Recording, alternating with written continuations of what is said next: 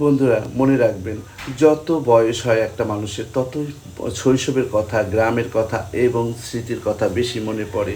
মনে হয় যে এই জিনিসগুলো তো আর পাবো না, এগুলো তো আমরা পার করে দিয়ে এসেছি। গ্রামে সেই হাঁস মুরগি বতক, চই চই চই চই, আয় আয় আয় খেয়ে যা, কত গ্রামের ডাকগুলো, আয় আয় আয় আয় একটু আয় রে তোরা খায় যা রে, হাঁস মুরগি ডাকে মানুষগুলো। তারপরে গ্রামের নানি দাদিরা এদিকে আয় আয় তোরা খেয়ে যায়।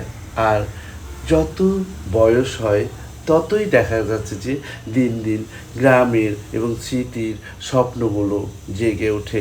মনে হয় যে আমরা যেরকমই হতাম, সে ছোটোবেলায় এখানে গোসল করেছি, এখন পরিবর্তন, শানবাঁধা ঘাট হয়েছে, এখন আমাদের বয়স হয়ে গেছে, আর পুকুরে নামতেও পারি না, কত কথাই নাম মনে পড়ে।